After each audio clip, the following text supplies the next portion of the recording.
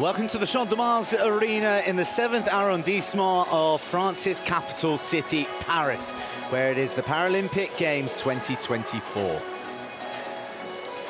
Wheelchair rugby heads into the semi-final stage of the competition, and it is undefeated Japan facing Australia, the reigning world champions.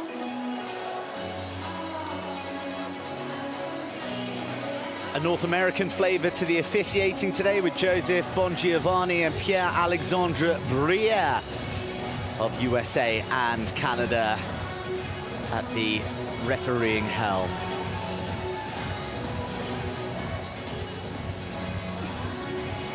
Well, this is the gilded route to glory. Australia lie in front of Japan, and either Great Britain or the United States of America await in that fated gold medal match.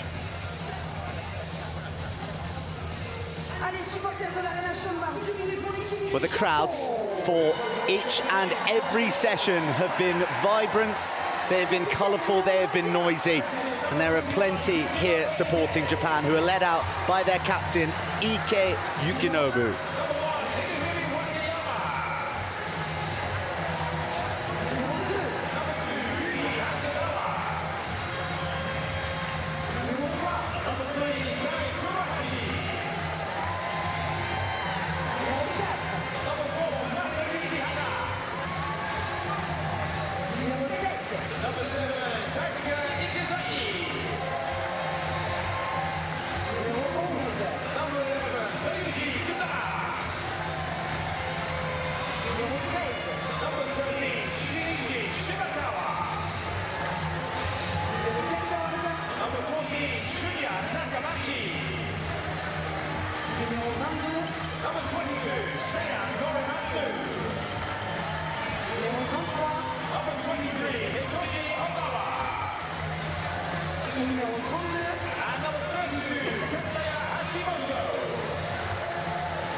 Young Hashimoto Katsuya, one of the stars so far of Paris 2024. At just 22 years old, this feels like his coming out tournament on the global stage. The next off the talent conveyor belt of a country who have come in heavily tipped and led by KISHI Kotaro for the first time at the Paralympics.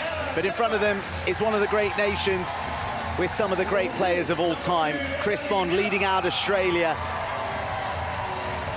who are looking to make a gold medal match for the 4th time in 4th Games, having missed out on a medal in Tokyo.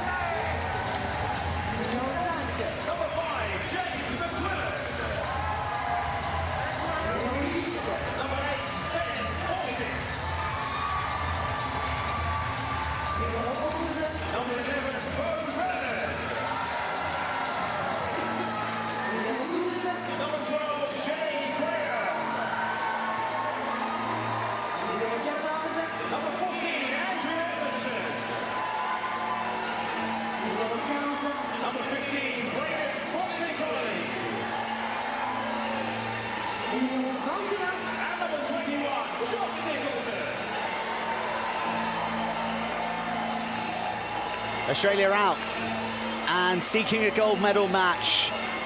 Josh Nicholson, the final man to join the team, Brad DUBBERLEY's team. A 43-year-old from Kuri, and a man with over 100 tries just elevated in his chair there, Ryley BATT, who has carried this team deep into tournaments all over the globe, but the contributions of Ella, SABLJAK and Emilie Miller have stood out throughout the competition. Please stand for the national anthem of Japan.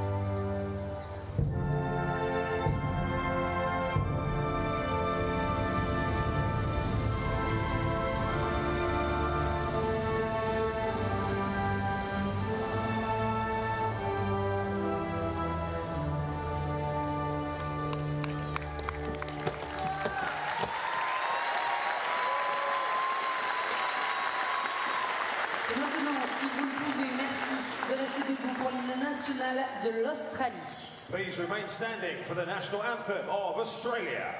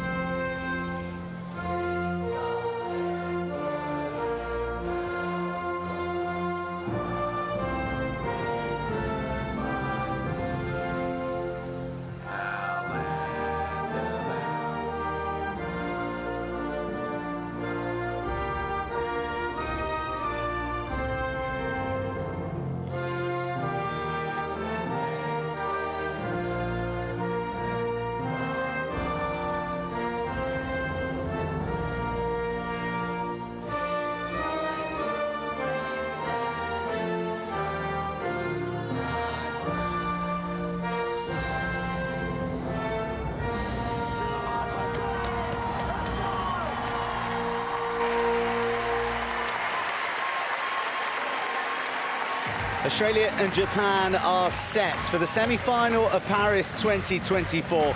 And a look at some of the incredibly talented personnel at the disposal of Japan, led by their coach, KISHI Kotaro. My name is Joe Burns, and I'm delighted to say I'm joined along for this semi-final by Drew Lilly. Thank you, Joe. It's going to be incredibly interesting to see how these two match up. They've played against one another dozens and dozens of times. We have a quick look at the starting lineup. Japan going with their familiar 3-3-1-1, IKEZAKI and IKE being the two three-pointers that they're going to start with. Australia, no doubt. Well, the fact that Australia have got three female players in there, Ella SABLJAK, Emilie, Miller and Shae Graham, means that they can play 8.5, 9 or even 9.5 out there at any one time. But most likely they are going to be relying on their big four. So we have a quick look at the coach, Brad DUBBERLEY. Jason Lee's his assistant in the background, Sam Allen, one of the technical coordinators as well around him. I'm pretty sure they're going to be set. Yes, there we go. They are starting with Ryley Batt, Chris Bond, and then James McQUILLAN, Beau Vernon at the high-low. So it's going to be interesting to see how the absolute high-low of 3-5-3-5, 0.5 matches up against 3-3-1-1.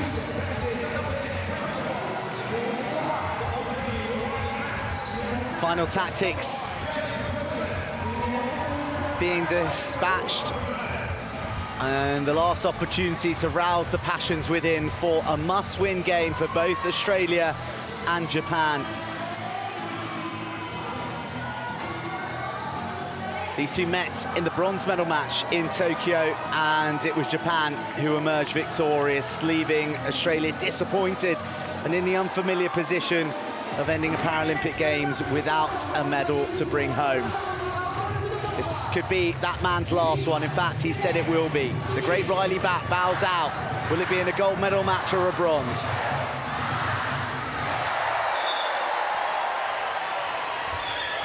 Australia versus Japan at Paris 2024. The wheelchair rugby semi-final is underway, and first possession goes to the golden green of Australia and in the grasp of Ryley Batt. I think that tip-off against IKE Yukinobu indicative of just how fiercely contested this semi-final will be. And the first try of the match, the first of surely many, goes to Ryley Batt in Australia. Well, it took them 24 seconds to get through, so that's indicative of just what kind of a contest that Australia are going to be up against here today. Well, another one of the high classification players, IKEZAKI Daisuke, 46 years young, speeds away to the try line, and they've started with a couple of their legends really in IKE and IKEZAKI. However, it has been Hashimoto who has really taken the lion's share of the minutes on the court up till this point, and so too the tries. There is, I mean, there's a great opportunity for Japan to always be cycling their high classification players, isn't there? They've got three three-pointers, and they've tended to play 3-3-1-1 for a good couple of years, and then along comes Hashimoto, made his debut as a teenager in 2019, and then we saw a little bit of him at the World Championships in Vejle, where Australia ended up winning, and then he's really come to the fore now, so it gives them different options. The fact that they usually play 3-3-1-1 means that their low pointers are a little bit stronger. Here, it means they can actually go toe-to-toe, and there's the first, I think, reaching foul from Ryley Batt. We're going to see quite a few of those from him today. He does like to try to steal the ball, and we can see that he gets Ikezaki's arm there. Yes, the only place that Ryley Batt spends more time on, other than the court, is occasionally the penalty box. A few indiscretions yesterday in their victory over Denmark, but it was victory nevertheless. It wasn't an easy route to this semi-final for Australia, who went down to Great Britain in the opener, but rallied with an incredibly important and impressive victory against France in match 2, and against a partisan crowd. It's safe to say that the French support has been vociferous. Japan, however, are yet to taste a loss. They come in here as probably favourites here, maybe. I'd say they were favourites. They won the Canada Cup in June, and the top 6 teams in the world, the top 6 teams here, featured in the Canada Cup. Everybody played everybody else. Japan defeated everybody in that tournament in the round robin stage, and then the other teams, GB, Australia, France, USA, Canada, shared the wins out amongst themselves, and then in the final they defeated Australia again. So you'd say at the moment that Japan have Australia's number. Well, Japan almost have Ryley Batt's number. It was really hard going through all that traffic, and eventually Batt offloads to Bond, who's been left with too much room. Ikezaki picks it up, and he looks to transition across the centre line, which he must do within 12 seconds, one of the laws of the game, and he just pops it to his old partner in crime, Ike, who cruises home. We've got a few best-in-classes from that recent Canada Cup. The best-in-class 0.5 was Beau Vernon, who's got family here. He's at the back of the screen there. And then the best-in-class for the one-pointers was Ogawa for Japan. So it's the role players who are going to be important. We're obviously looking at the high pointers. You've got Ike and Ikezaki setting up to try to score here, Batt and Bond to try to keep them out. But it's going to be the role players who are going to be deciding who makes it through to the final here. Well, there's a perfect demonstration there on that try that, yes, Ikezaki will be credited with the try, but it was OGAWA Hitoshi, the one-point player, who got himself embroiled with a couple of Australian chairs in the key. Carved out the path, and Ikezaki just glided across the line. You can see this high press from Japan being employed, trying to make life as difficult as possible for the Australians to make their way to score. However, Ryley Batt one-on-one, even if it is Ike, is more often than not going to come off on top. You can see the mobility of these chairs for the high classification players. They're rounded at the front, and they are a little faster. They allow the players to be a little more dexterous, the high-scoring players, that is, people like Ikezaki. Conversely, we see Beau Vernon there. He's got sort of a little metal basket almost at the front of his chair down low, and that's called a pick bar. And the lower classification players use those to trap the wheels of the higher classification players in a bid to make a mismatch. But Beau Vernon says, hey, I can do it at both ends, thanks very much, and he cruises through for a TRY. The lowest of low pointers, Beau Vernon. He was only brought in a couple of years ago, but he's been an absolute revelation. As I say, he was best in class at the Canada Cup 3 months ago, and he is integral to this system. Beau Vernon and James McQUILLAN enabling Batt and Bond to play all the time. Your high pointers are only as good as your low pointers. Reaching foul from Ryley Batt. We'll see it clearly here. Trying to get a hand on the ball. You can put a hand on the ball, but not on your opponents. And obviously opponents, if they're clever, can try and offer an arm and draw a foul. It's a dead ball, so it means that substitutions can be made as well. And Japan with a change in their lineup. Yes, Hashimoto, the young star that we mentioned, coming on, and Norimatsu as well, wearing 22. One of those bronze medalists from not just Tokyo, but Rio as well, who plays his rugby for the Fukuoka Dandelion. We've got players from the Fukuoka Dandelion and then the New South Wales Gladiators out there. Bit of a conflict in naming conventions there. The Petals against the Warriors. And it's a New South Welshman who goes over, Ryley BATT. Great thing for Japan is that they have KURAHASHI Kae, the female player there, out on court at the moment, and that means they can play 8.5. They're currently out there with 3.5, 3.15 and 0.5. And there's the 3.5 that you've been talking about, Hashimoto.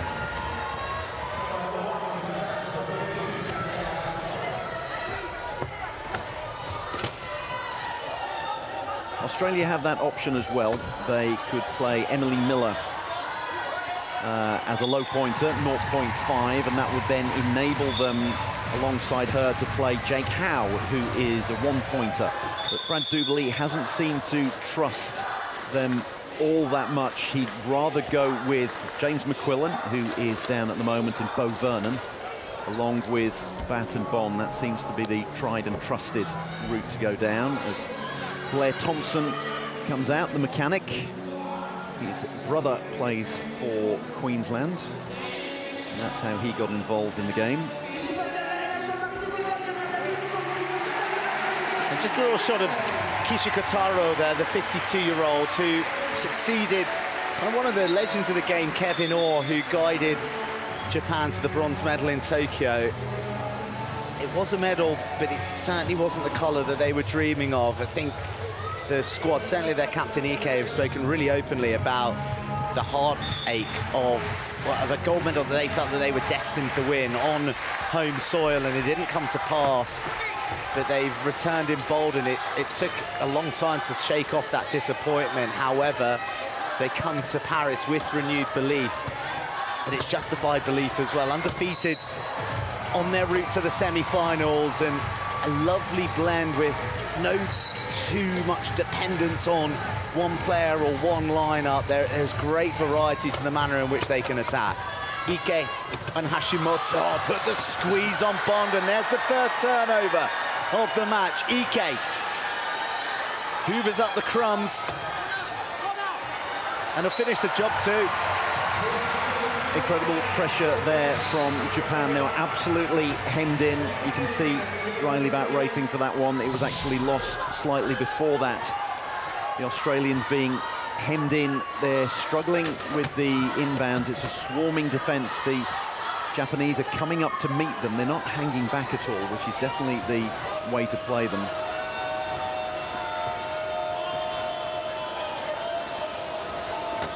BATT taking his time here, setting up McQUILLAN, looking to make a little bit of room for him. Bond's going to come in to try and make a pathway, and that's what works. Well, he cuts it fine, doesn't he? At the end there, 0.9 of a second left. If we haven't mentioned already, teams have a 40-second possession with which to score. And we can see there the work of the low pointers. We see Beau Vernon, we see James McQUILLAN taking two Japanese players out of the equation, just leaving the high classification guys to battle it out. It's a clever thing to do, because you got Norimatsu, who's tied up by Beau Vernon. Norimatsu's 1.5 and Beau Vernon's 0.5. You can see them right at the back of the screen there. So 0.5 is locking up 1.5, and that's the way you win the mats. So sometimes you're sort of looking at it from a mathematical standpoint in terms of negating higher classification players and looking at it in a Moneyball term almost. Yes, so statistics come into play, and they're going to come into play now because there's a minute and 15 seconds to go. Australia got the first tip-off, so Japan will get the inbound at the start of the second quarter, so Australia want to score last in this quarter, particularly having conceded a timeout. So Australia are going to be looking at timestamps. 1 minute and 5 is one of them. They've scored with 1 minute and 5 to go. That way, even if Japan take all 40 seconds of the next possession, and even another 15 by using a timeout, Australia will definitely get the last bite of the cherry, and they need that because they've committed that turnover. Well, teams have 10 seconds to inbound the ball. However, if there's a blowout, we stop the game and we stop the clock. So now Norimatsu has his 10 seconds to inbound because the wheels are back on the chair of Chris Bond, and Ike uses Norimatsu as a blocking runner. That's beautifully done by Norimatsu. And then Ike puts the jets on, scores in 52.5 seconds. That's pretty nicely poised. 55 is the one you like, because that way even if your opponents take up 40 seconds, you'll have 15 seconds in which to score. What Australia could do here is, well, Bond's got to get over the halfway line, which he's done, bounce the ball, which he's done. Are they going to try to run down the shot clock until there's about a second to go, take a timeout, which will reset it to 15, and that will eat up all of the remaining match clock? I would wager that that is what they're about to do. And important to mention that, well, no timeouts have been used so far in the match, so it would be wise to employ that strategy, and it duly is. Well called, Drew. And there we have it, 15 seconds for Australia to try and take as long as possible to score, to leave Japan with as few seconds as possible to respond. The thing is, with taking a timeout, it stops play. It's a dead ball. Australia haven't made any changes, but as you can see, Japan have. So they've set up to defend this for the last 15 seconds with sort of a penalty-killing team, the equivalent that you see in ice hockey. That's a penalty try with Daisuke Ikezaki knocked over the line. So Australia have fulfilled their part of the bargain, but there are 5 seconds left. The clock will only start once the inbound is touched. Now, Japan go long. The clock's going to beat them, though. Ikezaki was looking for a call there for Ryley Batt's interjection. And I think the buzzer beats the contact. So that's the end of the opening period, and it's a dozen apiece.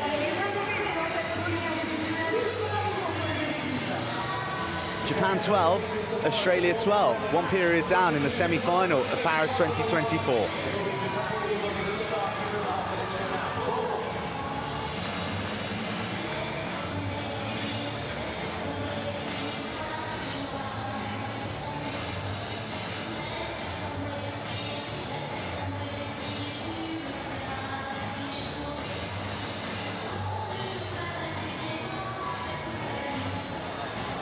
Well, that is the tale of the period in statistical terms. As you can see, that steal, all important for Japan. Bit of ill discipline from Australia, which has been something that has been a feature to this point in the tournament.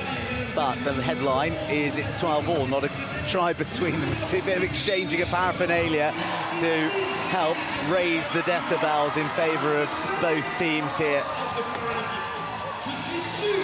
Australia with that first possession and into the hands of their talisman, Ryley Batt. Been a reasonably tight opening period, though. Not a lot of opportunities given up. The only one coming from that pressure that was applied by the high Japanese press, forcing the steal against Australia. There's not going to be much to choose between these two teams because they play one another so often. They met twice at the Canada Cup 3 months ago. Prior to that, a year ago, there was the Oceania qualifying tournament when only one team could go through, and Japan won in the group stage.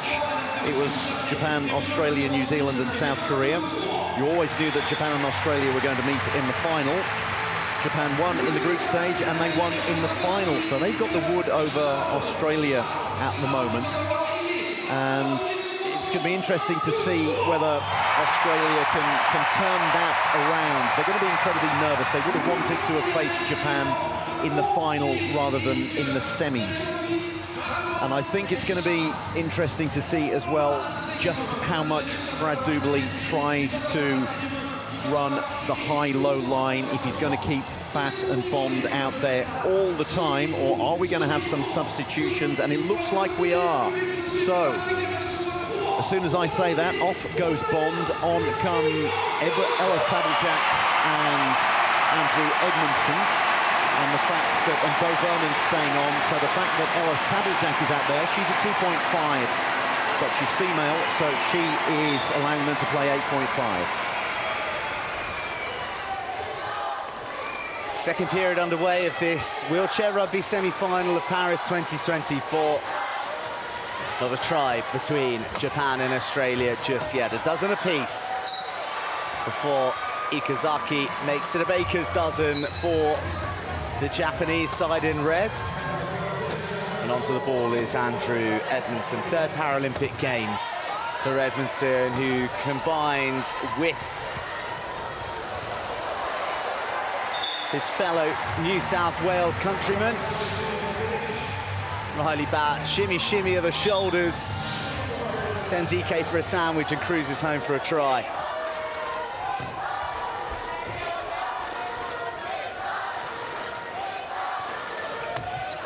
Australia setting up in the key, which is not something we saw in the first quarter. Easier to do when you've got a couple of mid-pointers in there as well.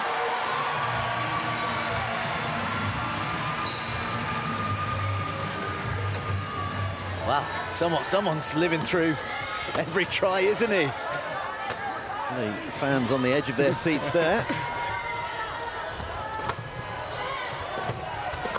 There we go, first interjection from Ella SABLJAK, who was at the last Paralympics in a wheelchair basketball capacity. So she made the switch, described herself as crazy for doing it, but has fallen in love with the culture of the team, and now here she is, a double Paralympian across two sports.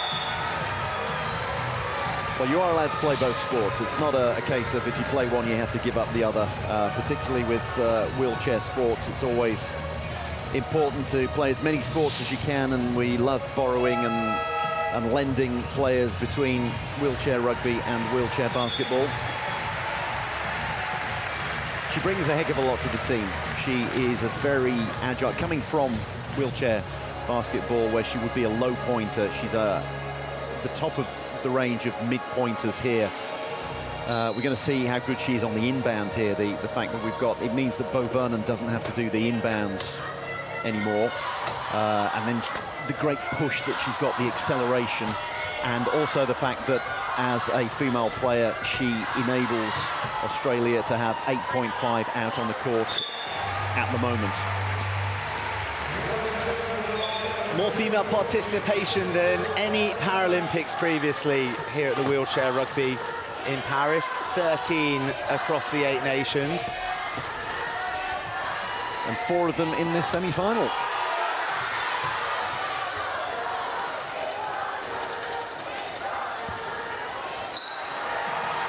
Very, very close there by KUSABA. He almost had, I think his pick bar was over the line, but it's the wheels that count. You have to be in possession of the ball before your wheels go over the line, and it was very close there. Oh, big rejection coming in from IKE, but the ball bounces kindly for the Australians before contact arrives, IKEZAKI style. But Andrew Edmondson says no way through. Wow, he rode that challenge real well. 200 caps to his name. He knew what was coming. There you go, braced himself. And down goes IKEZAKI. Impassive figure.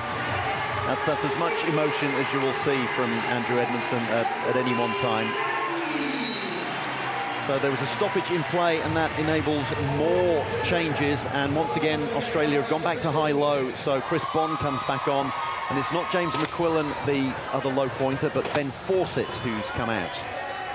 So they're very, very keen to have Beau Vernon out there almost all of the time. He seems to be Riley Batt's personal low pointer.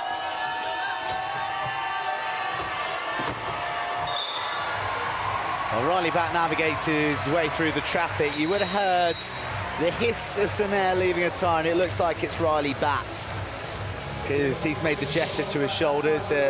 He's got a bit of a mechanical difficulty, but not enough air. Look at there you see the shot coming in from the pick bar of Norimatsu, but Riley Batt, determined as ever, gets across for a try with a flat. Team Emilie, so Emily Miller's family out here. There are a lot of families who have made the journey all the way over, and it's wonderful to see them here. And hello to all of the Australian fathers out there today, because it's Father's Day in Australia.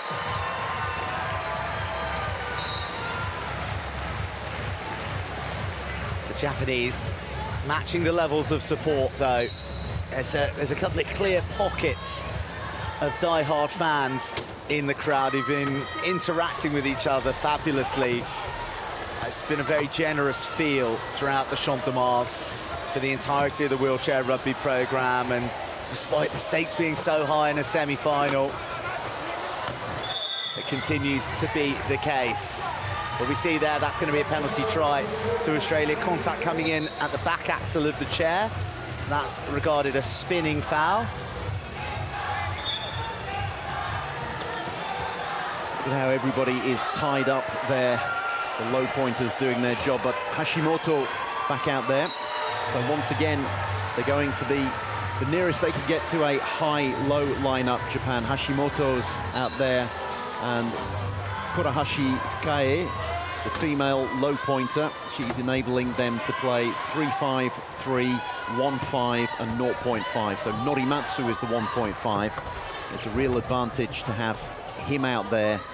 He's the highest of the low pointers and incredibly agile.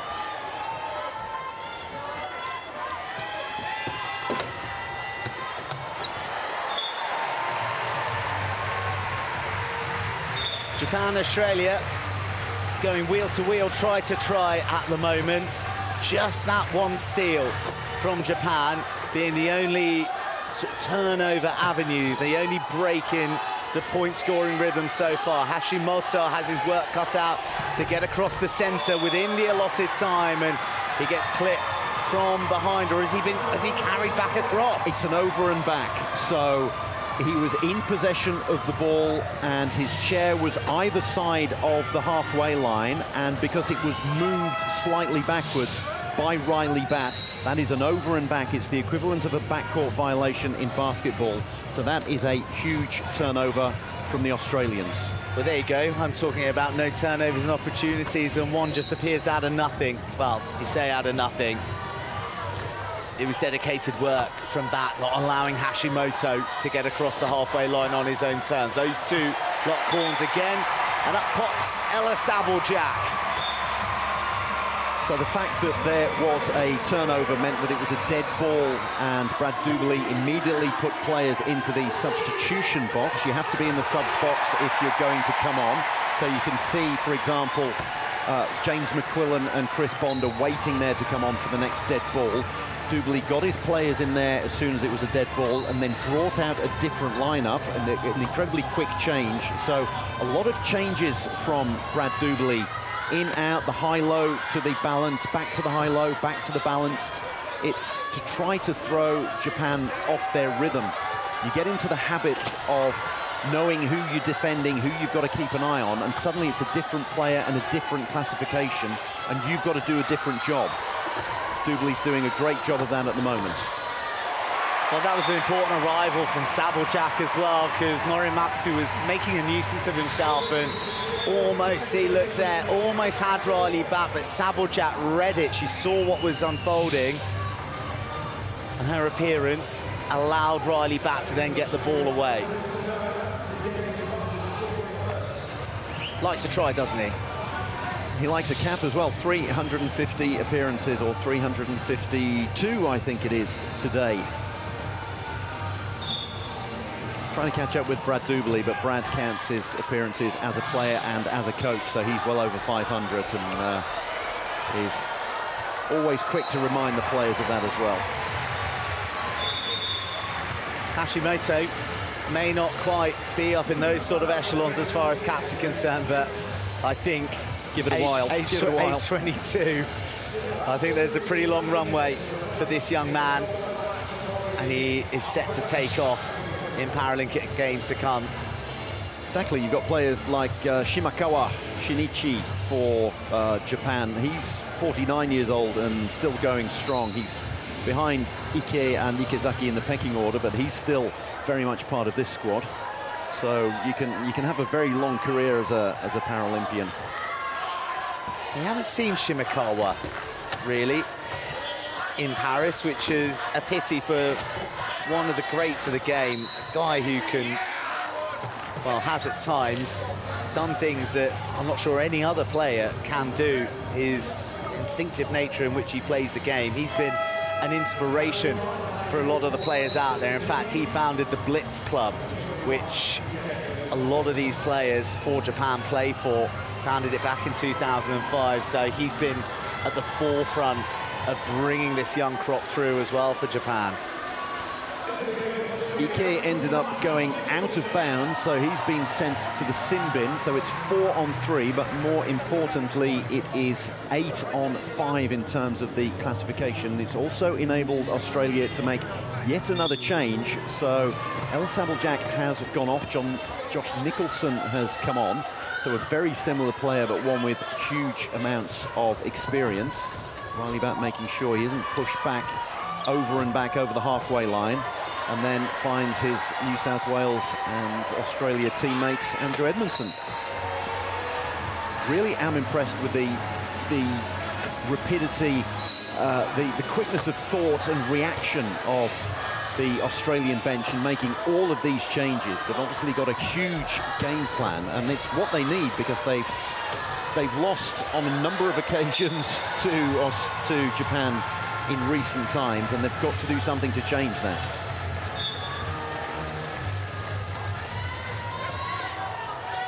$21-all with under 3 minutes remaining of the half. Keep your eyes on the clock for when it hits 2, because that's when the games begin. That's when the time tactics come in, and that's where a timeout was absolutely necessary for Ryley BATT, because he wasn't going to make it across the centre line within 12 seconds. If he hadn't called the timeout, it would have been a turnover. But instead, Australia burned their second player timeout of the match. All of Japan still intact, but again, a testament to the high press pressure of this Japanese side. I think Australia would have preferred to have kept that. They used their first floor timeout to run the clock down and get the final score of the first quarter, so that was absolutely perfect. At least the timeout, again, it enables them to make changes, so they've gone back to the well. It's their starting lineup, 3-5-3-5, 0.5, 0.5. James McQuillan's back on, Chris Bond is back on. I think we're going to see them for the last 2.5 minutes of this quarter.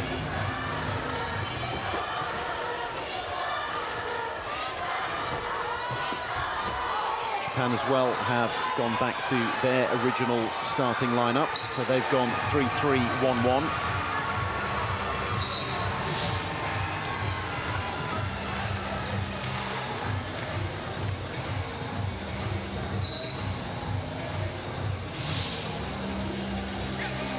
Again, a high press from the Japanese. A little bit of a flail there from IKEZAKI as he looked to intercept the inbound. Back goes long, Bond goes racing, and he just spins back just to see what the rest of his teammates are doing momentarily before confirming the score. Well, Sam Allen, who is part of the team for the Steelers for Australia, was holding up a board saying 1 minute 52. I don't think Chris Bond wanted to hang around for 25-30 seconds. Oh, that was so close to a turnover for Chris Bond. I don't think he expected it to come.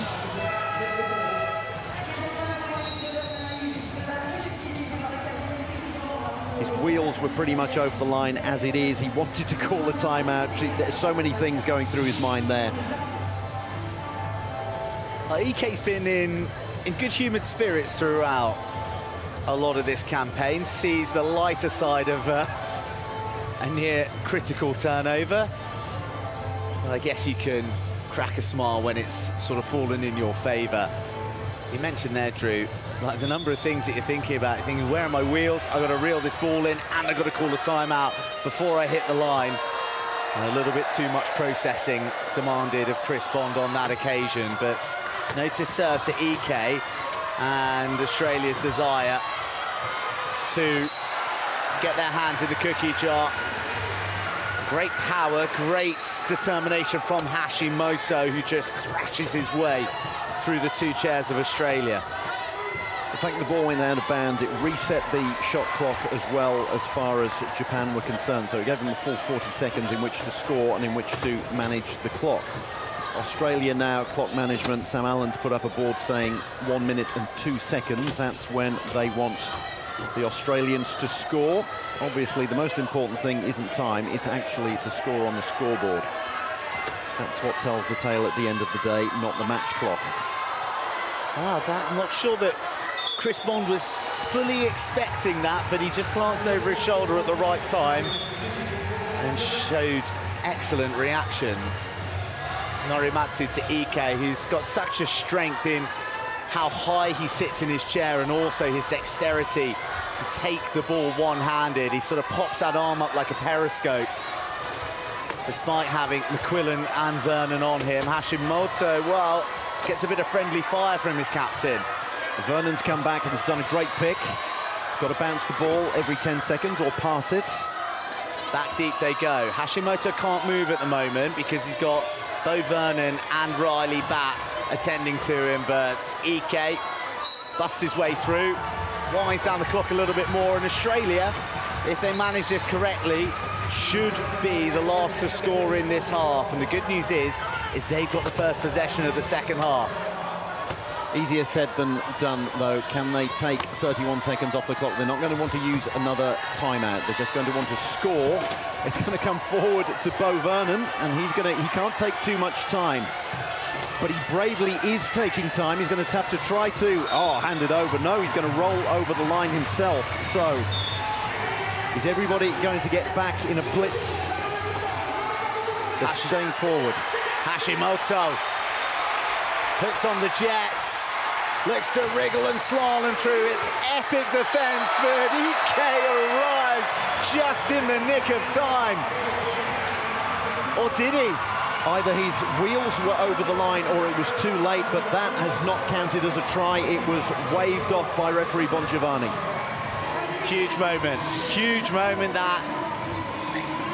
Keep your eyes on IKE's wheels here. Oh, we're missing the smoking gun there. Either way, it was either the clock or his wheels were over the line, but it's not counted. So drama at the end of the first half, and it's drama that has fallen in the favour of the Steelers. Japan 24, Australia 25.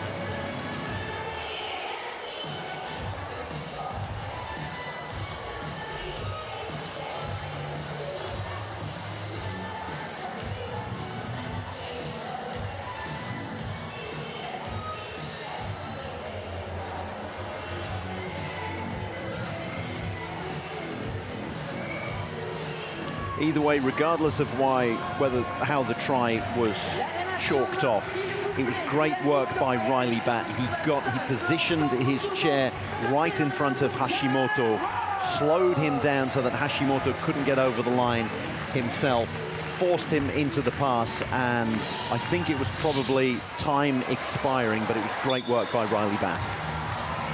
Ryley BATT so accustomed to grabbing the headlines for try scoring, but on that occasion it was fine defensive work.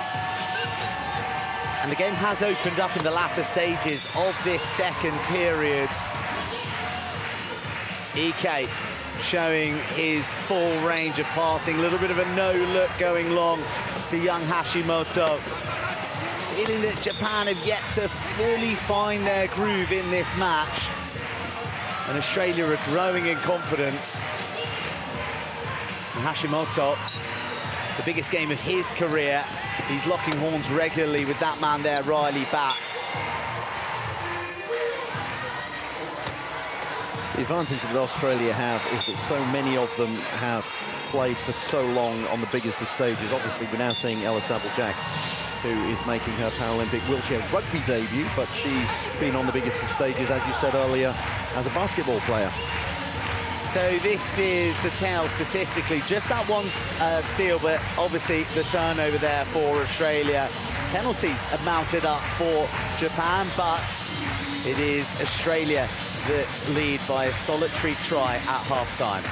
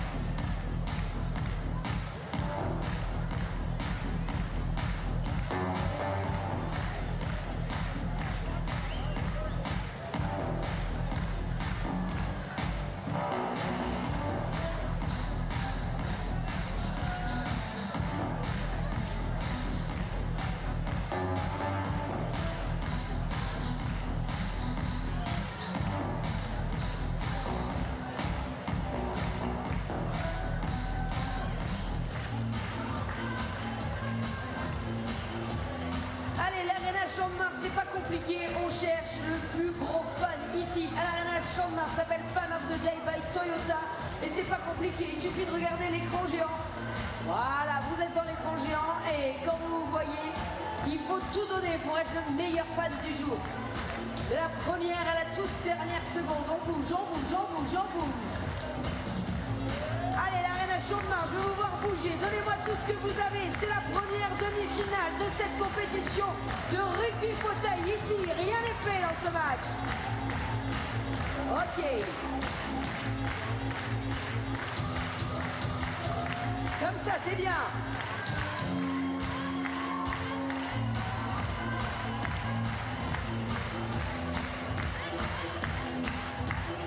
Faites-moi voler ces drapeaux bleu, blanc, rouge, l'Arena Champ de Mars, je veux les voir bouger, je veux les voir en haut.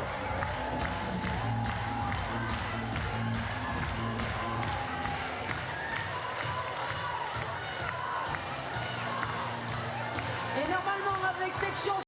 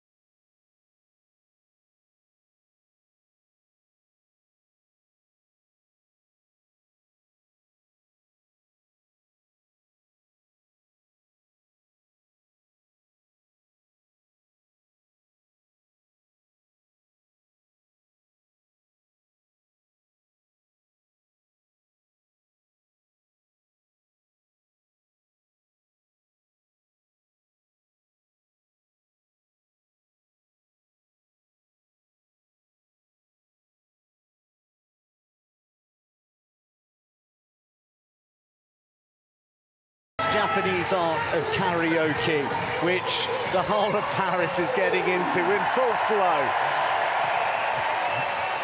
A bit of Jean-Jacques Goldman there if you were keeping score at home. That was the song. So, Australia getting us underway, and they've gone back with the balanced lineup. Ella SABLJAK is back out there as well, along with Andrew Edmondson, as well as Riley BATT and Beau Vernon, and it's Ella who goes over for the score. So Australia playing 3-5, 2-5, 2 and 0.5. 8.5 allowed. Both teams going with 8.5 because Japan have KURAHASHI Kae out there, the low pointer. So they are able to go 3, 3, 2 and 0.5. Interestingly, they've got NAKAMACHI out there, the number 14 mid-pointer. Yes, NAKAMACHI, who hails from Kitamoto in Saitama, which is actually home to one of the best rugby union teams in Japan, the Wild Knights, multiple League One champions. You can see why he's out there, because both he and IKEZAKI were on Riley BATT there, two of them swarming, trying to make sure that Australia couldn't get the ball over the line within the allotted 12 seconds, and they almost managed that. Two squads with immense depth, and it's going to be up to the coaches, KISHI and DUBBERLEY, to work out who to use when, how often to change.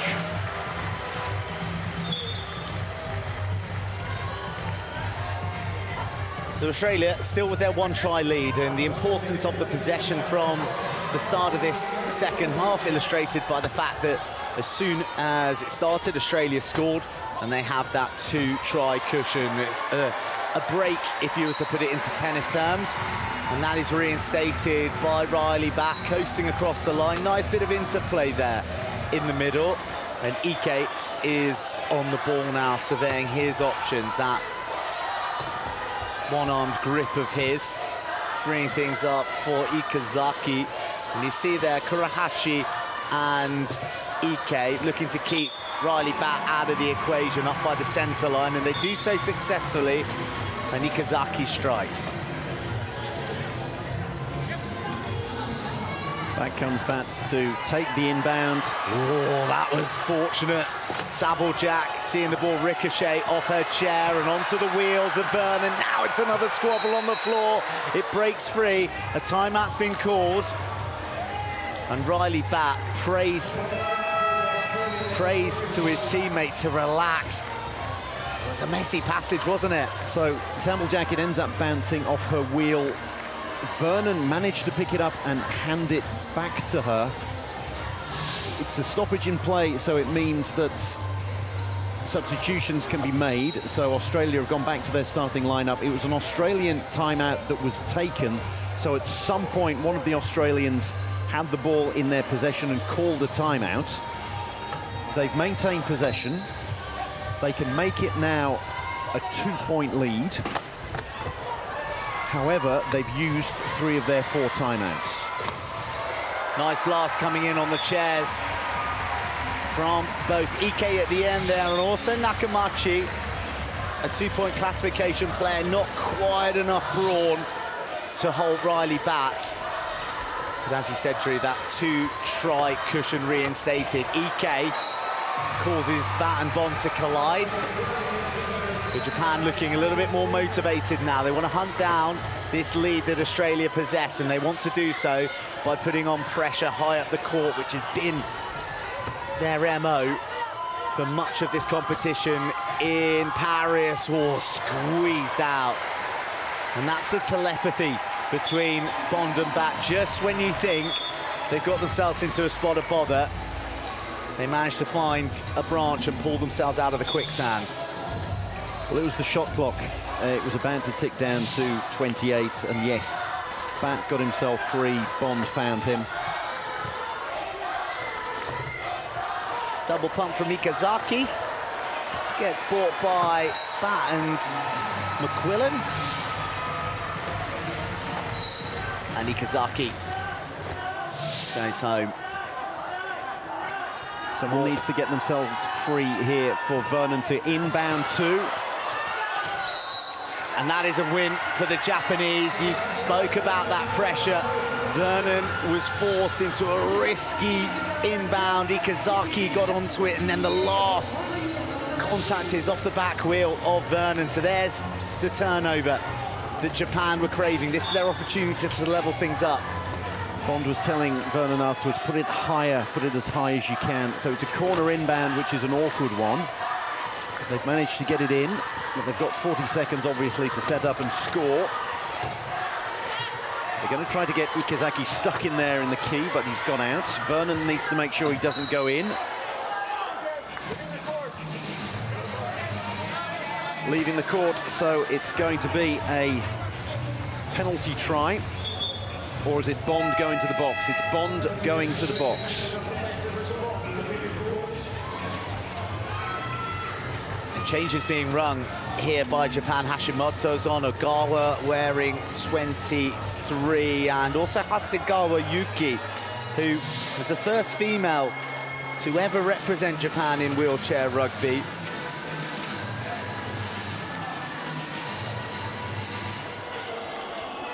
Another honing her craft at the blitz, along with Shimakawa and co. Chris Bond is out of shot at the moment after we get the mechanics off the courts.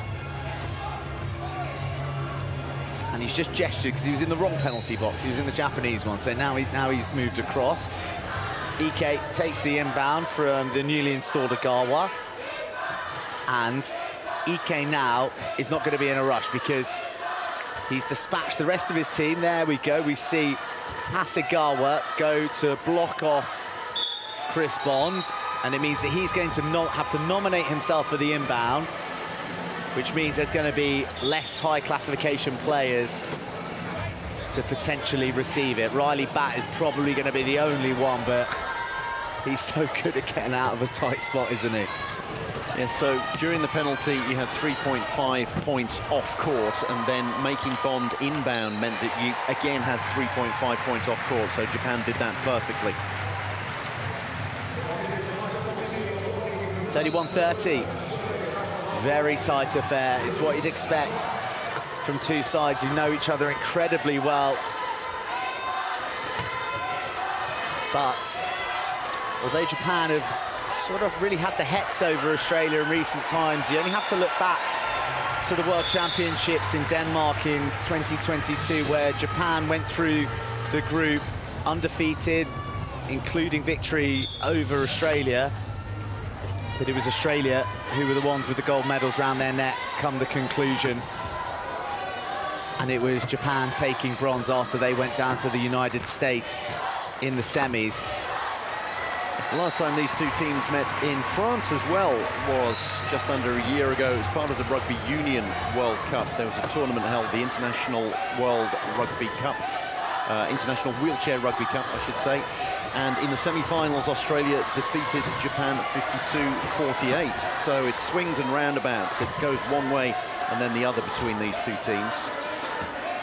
I think that's emblematic of the competition as a whole. I think everyone has come here with no one with a clear picture of who is going to win this gold medal, who's going to even get any of the medals, in fact. Any one of the top six, you'd have thought it was always going to be tough for Denmark and Germany, but any one of the top six could have made it through to the semis. Anyone's guess who would make the final and win the final. Great for the sport. And we're no clearer here, are we? 32 all. There has only ever been 2 tries between them to this point. Well, sorry, 33-32 at the moment. That little edge for Australia back on the scoreboard. So Hashimoto, eyes up, slams the anchors down, draws the attentions of Bond, and IKE ekes himself across the line despite some good work from Beau Vernon. IKE locking wheels with Bond. He'll now pursue back, but the ball is too good for on Bond. They're taking their time already because Australia, well, it's level. They're in possession, but the possession arrow favours Japan. So the start of the fourth quarter, it's going to be Japan who will have the inbound and the possession. So Australia desperately need to get the final score of this quarter. 10 seconds to go on the shot clock. And that's great work by James McQuillan to keep IKE out of the way and let Ryley bat through. We haven't had an overtime in this Paralympics yet, have we? So that's one coming in 10 minutes' time then. There we go. Just saying. Just saying. It's interesting to see that Japan have gone for their highest of high-low lineups. So Hashimoto out there with IKE. Trying to push him towards the cone there. Overcomes McQuillan again. Oh, McQuillan's got him. Oh, that is brilliant. Brilliant from Hashimoto, and so wise from Ogawa to spot that his high pointer was in trouble and to put himself into a position and control the chair as well before receiving the ball.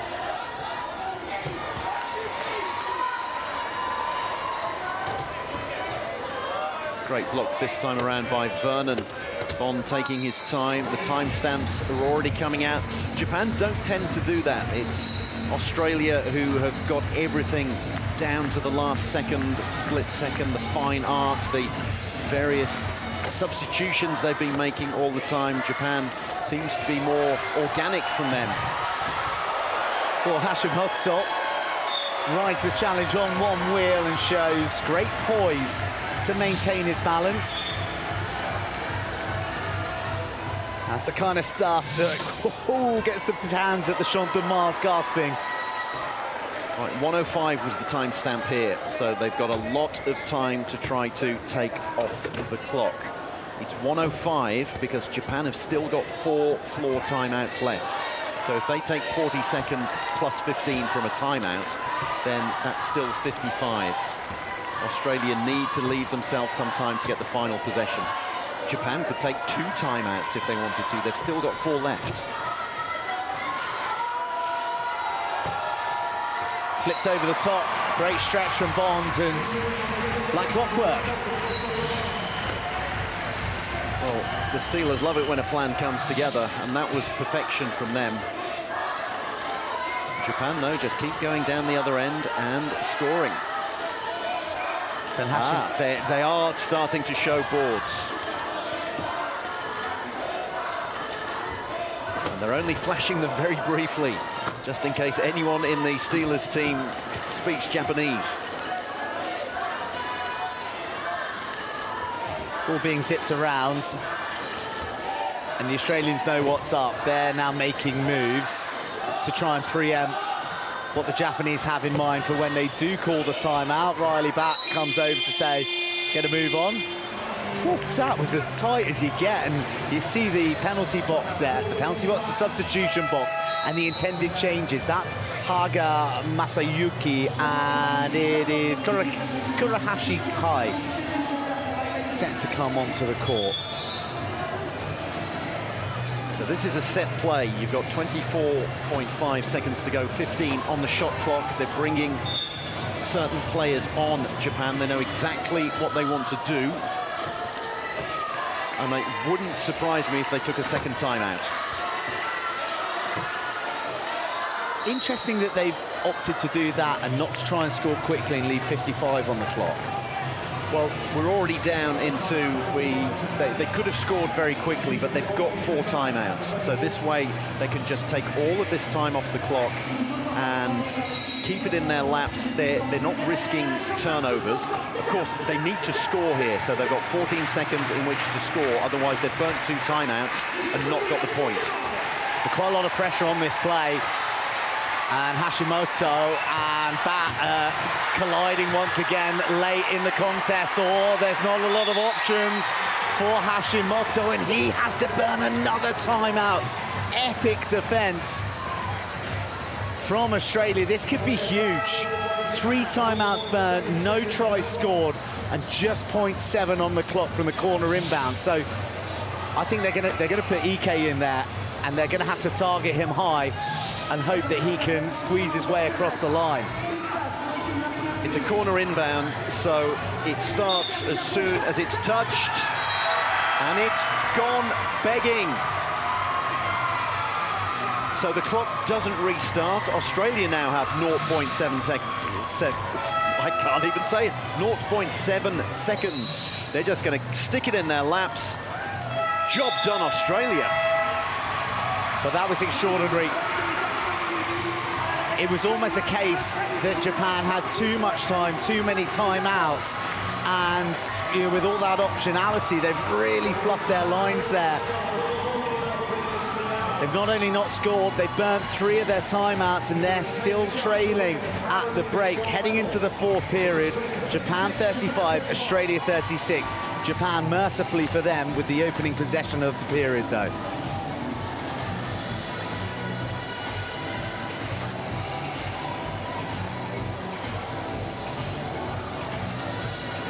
My question to you, Drew, is what is that going to do psychologically to both these sides? As we take a look at the stats and we see the steals, you see the turnovers, they're so few and far between.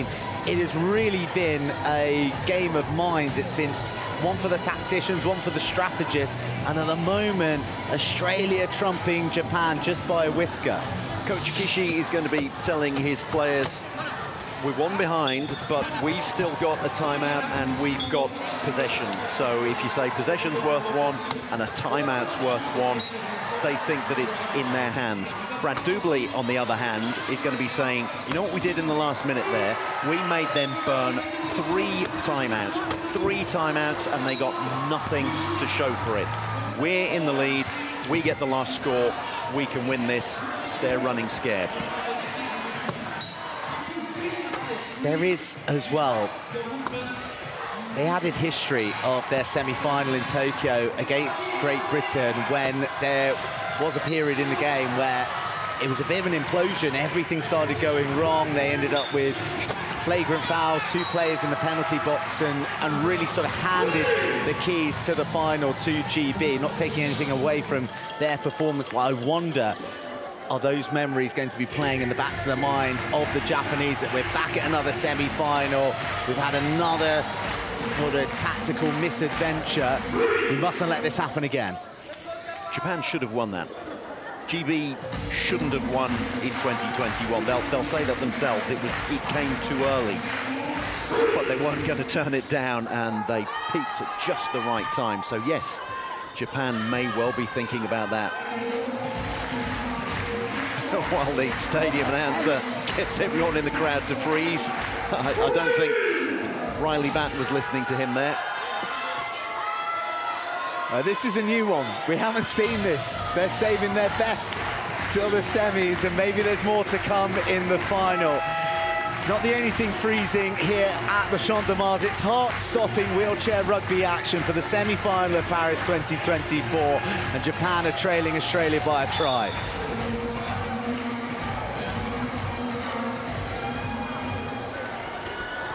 Fourth, final, decisive, gold medal match determining period upon us, and a held ball almost on IKEZAKI, and an early steal from those Steelers. The green and gold erupt in the stands, and Ryley BATT cruises home for the go-ahead score.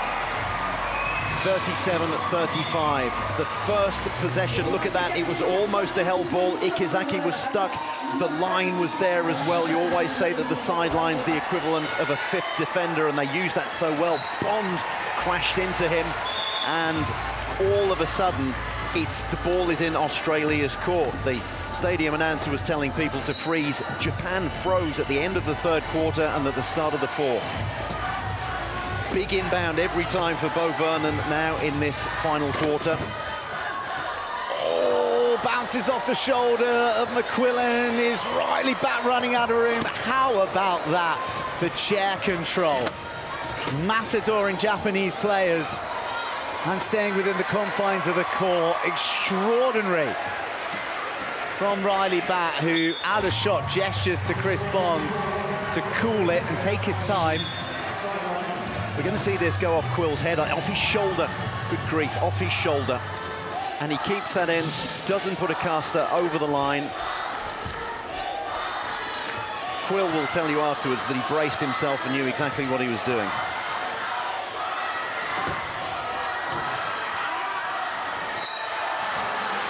IKEZAKI gets the scoring back going for Japan. There is a lot of time left in this match. Australia have this break, but as we've seen already, Japan very capable of applying the pressure to force errors. Here's Nakamachi trying to engage. BATT, IKE and Bond collide. And they combine very nicely indeed. Bond the foil, BATT the try scorer. DUBBERLEY, the architect.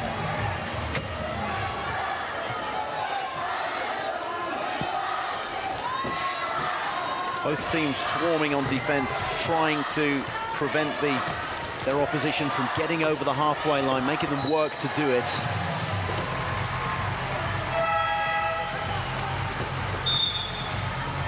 Coach's timeout called. You can hear that from the klaxon, so that will enable changes to be made.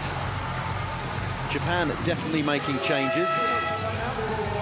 Looks like Australia are going to stick with the ones that got them there.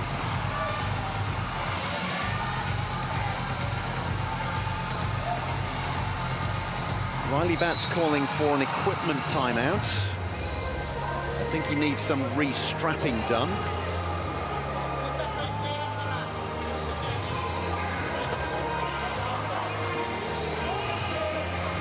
IKEZAKI Daisuke, who was the individual who was dispossessed at the opening of this fourth quarter. Otherwise been in fine form, so experienced. Funnily enough, he cites his wheelchair rugby hero as Riley Batt.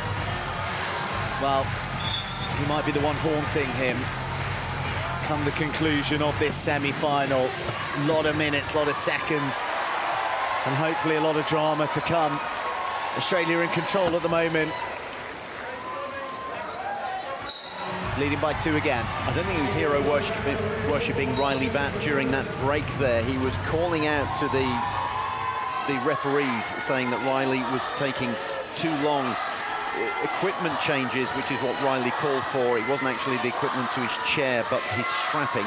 You meant to do that within a minute, and there is a little bit of leeway, but I think he got a fair bit there, did Riley Batt.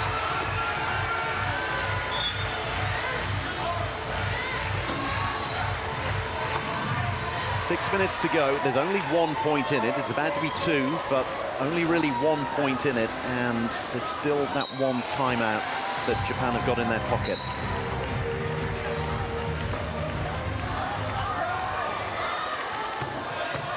The captain contributing 16 tries. Here's the other captain, IKE. Oh, that's a risky ball that Beau Vernon almost managed to clutch, but Hashimoto interjecting at the very last moment.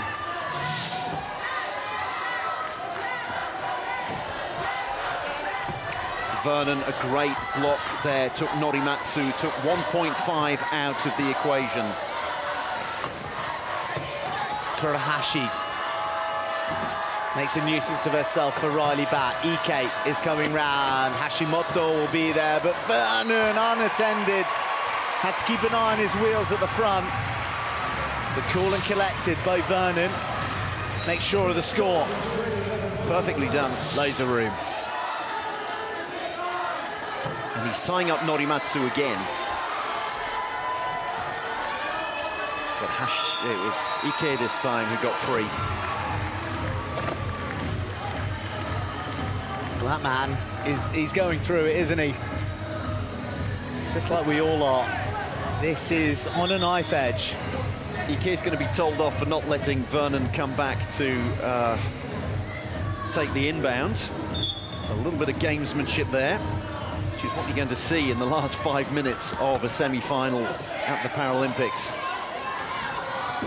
Bond and IKE colliding. Norimatsu was trying to help him out there, but it was too dexterous, too elusive from Bond, who then links up with BATT.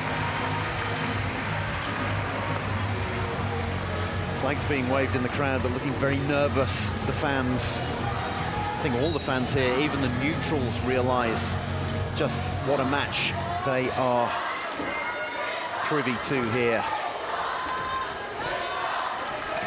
Norimatsu doing a great job blocking and taking Chris Bond out of the equation. IKE circles back. Australia well-resourced around the key, and Beau Vernon doing excellent work of ensnaring IKE. He's got 13 seconds to try and fashion a try. Hashimoto gets locked off. Kurahashi is otherwise engaged by James McQuillan. Oh, Norimatsu takes it. Chris Bond is there. He gets a helping shunt from Hashimoto. 0.8 seconds left on the clock when they got over there. He positioned his wheels well, Norimatsu. It was like a plant in snooker, wasn't it? Just coming in and cannoning into his own player to send the red chair across the line. If Japan end up winning this, it'll be down to that play there, because they didn't lose their nerve, they didn't call a timeout, and they ended up scoring after 39.2 seconds. Hashimoto wins the race.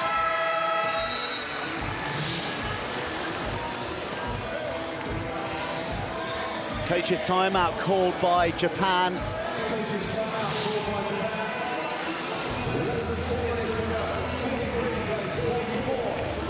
And there we go, the minutes played. BATT, Vernon, Bond and McQuillan all instrumental, and IKE is having a captain's knock as far as Japan are concerned.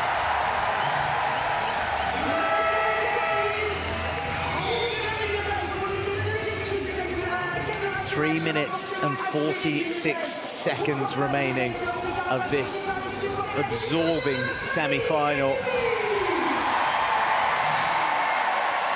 One that Australia are looking increasingly composed in, but they're bringing a bit of biff as well. IKE almost being dislodged from his chair. He's back.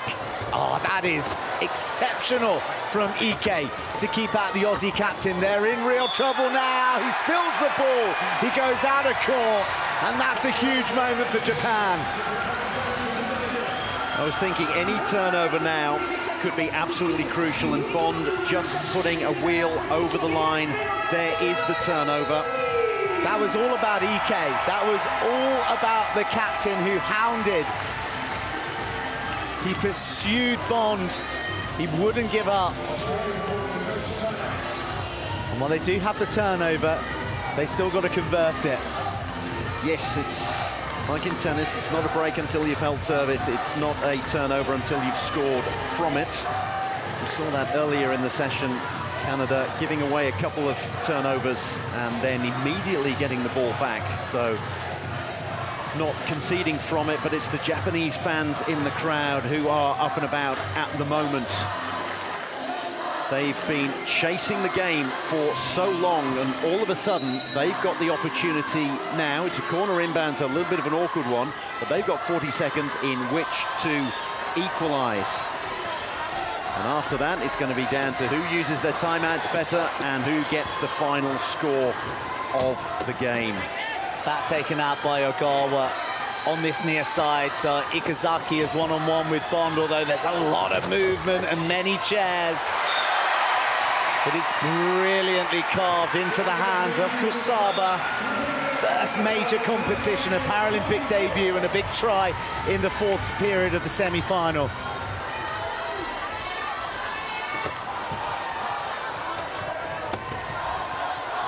Not used to watching the game, you probably wondered, why did Ryley go wheel back and put himself almost in trouble? But he knew exactly what kind of play, what kind of screen Chris Bond was going to run for him, and it was going to be down that side, the near side, as far as the camera's concerned.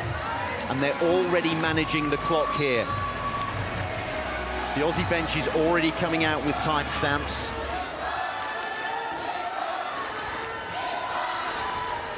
Nippon is the shout in the crowd. Japan with the wind in their sails. Fizzed into the grip of Captain Ike, who's looking to rally his team. And they're putting the squeeze on Australia here on the inbound. Beau Vernon finds his captain. Good movement from Chris Bond, and off he races. Ike following him like a shadow again. 1:52 is the time stamp that Australia are calling for. You can see it just there on the bench, just being held up on that screen.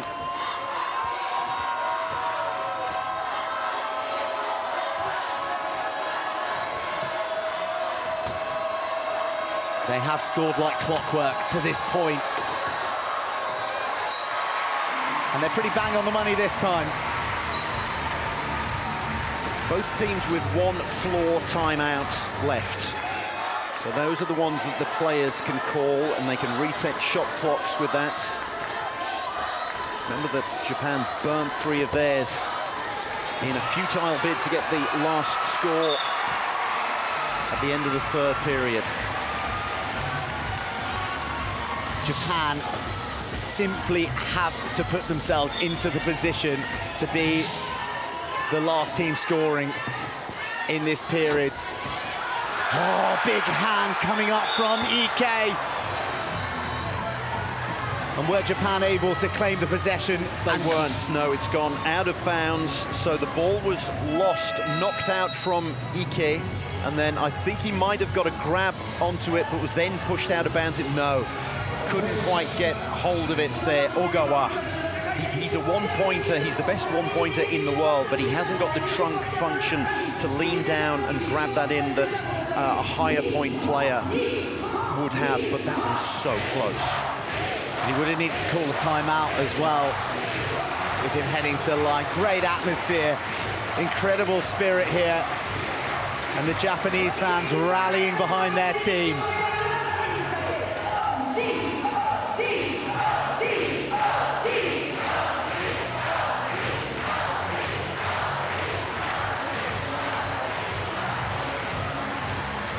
Chris Bond there looking absolutely exhausted. There's 1:38 to go. But depending on how things go, he may have another period to play. That is if we do get overtime. 1:05, the call from the Aussie bench as being indicated.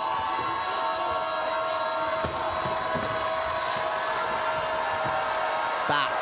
Needs to bounce the ball. Gets himself away, and really, it's up to him when to score now. He's there at the line. He does have Ike for company. And look at him, the confidence with which to pick his moment. And 1:04 will do very nicely indeed. Say the confidence, there's not a lot of confidence in the fans here. They are absolutely biting their nails down to the quick. That was some reach from Ike, and then the manipulation and control. With bat and bomb bearing down upon him, IKEZAKI was there for him, and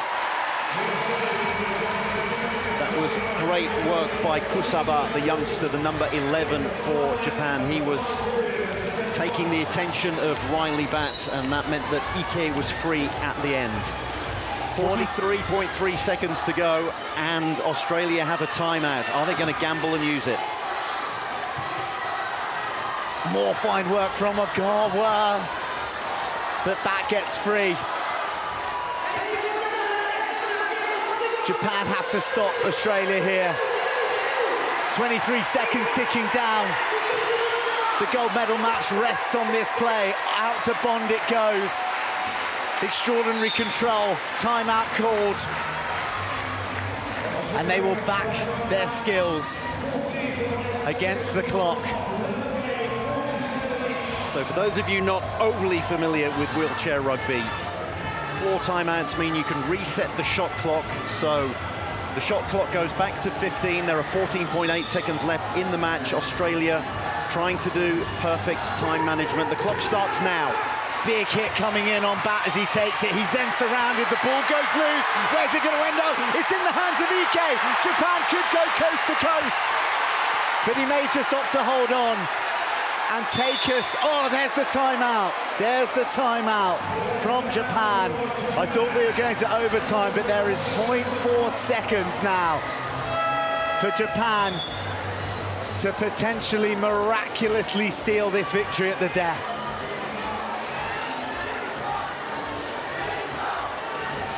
Japan didn't dare get the ball forward there. They could have thrown that one forward for IKEZAKI, but decided not to. So the clock starts once the inbound is touched. It needs to be caught perfectly. It's gone dead. So now Australia have 0.4 seconds in which they could score. Highly unlikely again. The clock starts from the inbound, bounced into the path of BATT, who gets the touch. No try coming. We're heading to overtime, everybody. Australia had that within their grasp. They had possession with 55 seconds to go and a timeout and couldn't convert, but that's down to the swarming Japanese defense. We will now have an extra 2 minutes. It will start with a tip-off, and the tip-off is going to be so crucial, and each team will have an extra floor timeout.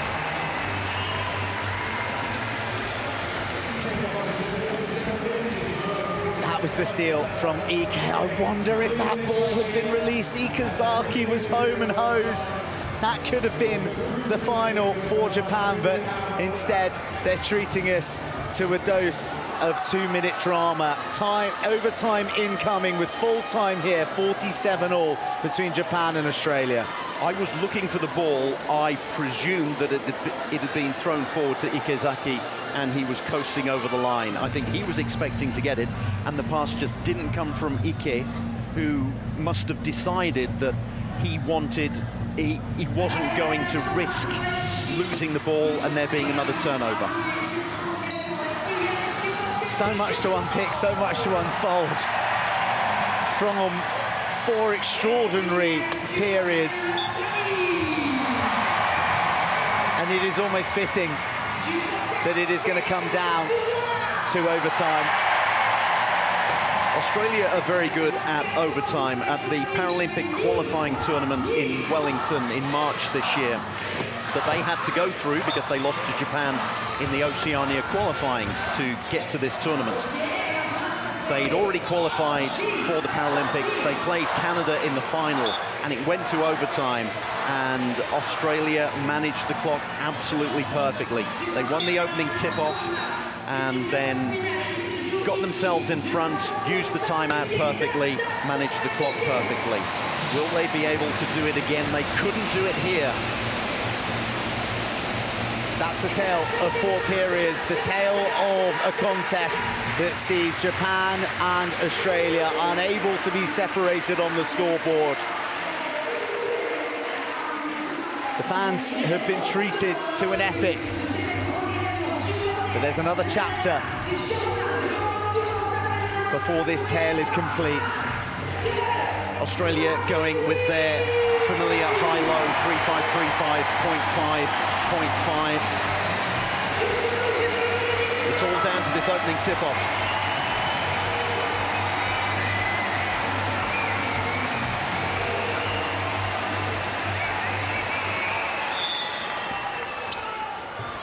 Ike claims the opening possession, and it's into the lap of Hashimoto.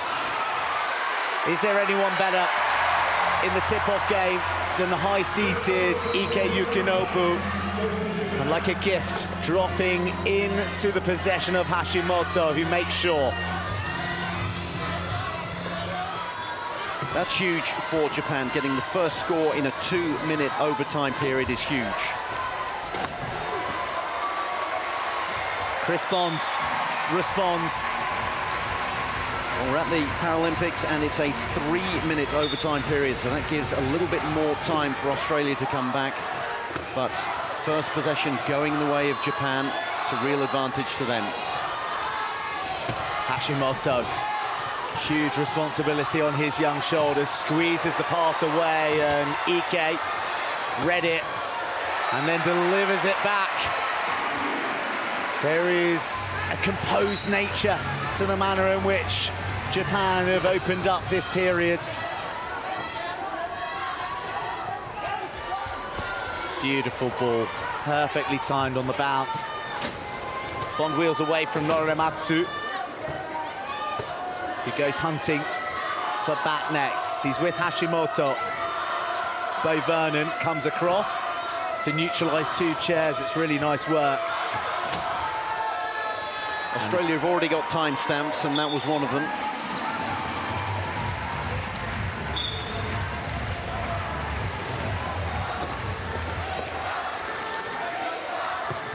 Hashimoto slams down the anchors, wants to see the Aussie chairs fly by. And he manoeuvres them at his will before manoeuvring the ball into the hands of his captain. Japan with the edge here.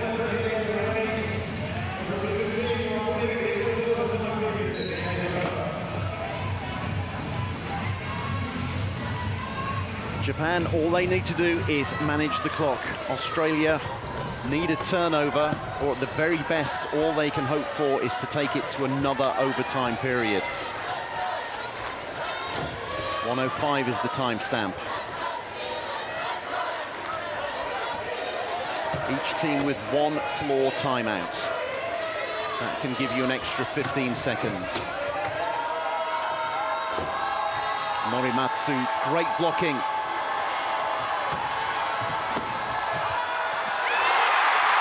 That could just be the final. The pressure tells, and IKE fast forwards Japan to the Aussie try line.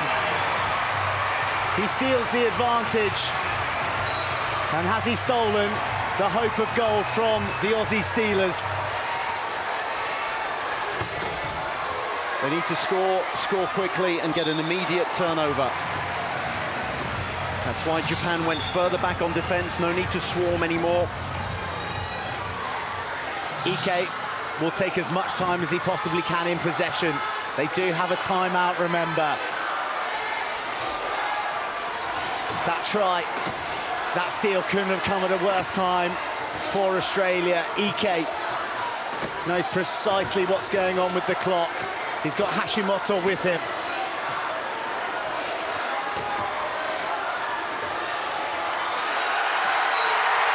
Why take a timeout when you can score? Taking a load of time off the clock and then doubled the lead. It is all to do for Australia. They need to score in double quick time here. Bond is going to back his pace. He's looking for BATT, but he's well marked. IKE comes across. 1 ball to Vernon, who doesn't miss. 4 seconds remaining. Australia will press high. They'll look to force the inbound. Norimatsu to Hashimoto. This is going to be history for Japan. A first ever Paralympic wheelchair rugby final for those men in red.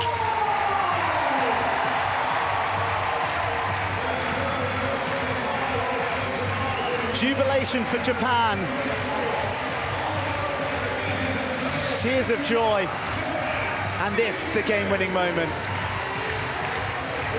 It was a real gamble. He was trying to get it into the lap of James McQUILLAN, which was always going to be a big ask for the low pointer. It needed to be perfect, and he tried to get it over the reach of the tallest player out there on court. Final score in a semi-final that couldn't be decided in 4 periods.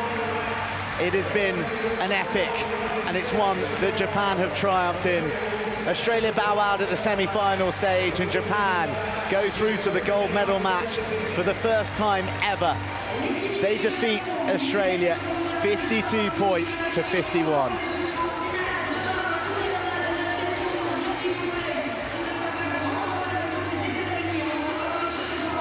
Wow, he really stood up when the going got tough, and he's elicited incredible scenes of emotion from this Japanese support, who have been incredible, utterly incredible.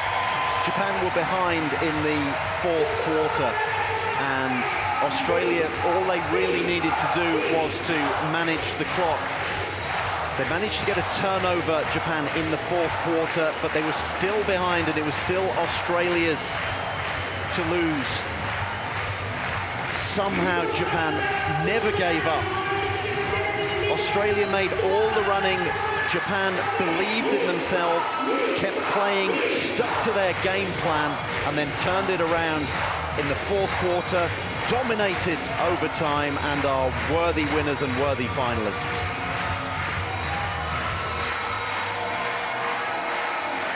It is quite remarkable to be in this arena and just feel the emotion of not just those on court as the Aussies reflect in unison, but to see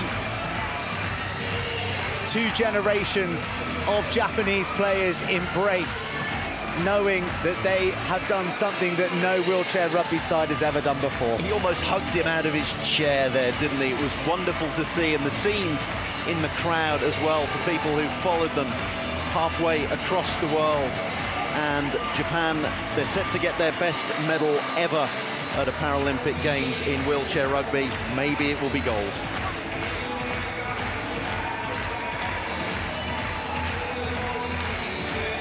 Disconsolate scenes for the Aussies. They will come back and battle it out for a bronze medal, but that's not what they were looking for.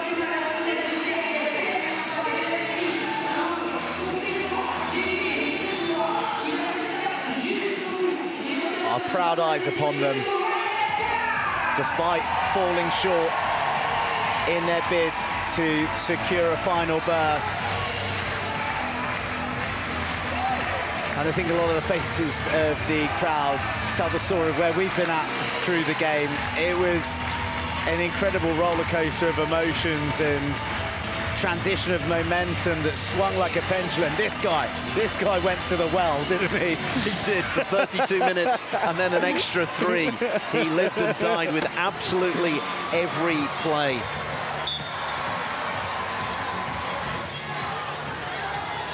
Showing highlights, they could show all 35 minutes. It was wheelchair rugby at its absolute best.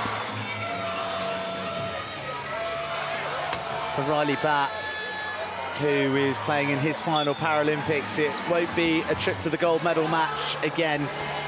He'll be vying for bronze. He did all that he could, and where you see a sort of a passing of the baton a little bit there in Ryley Batt, arguably the greatest high classification player to ever do it, and Hashimoto, this young emerging star of Japan. But the big moments came from the captain, IKE.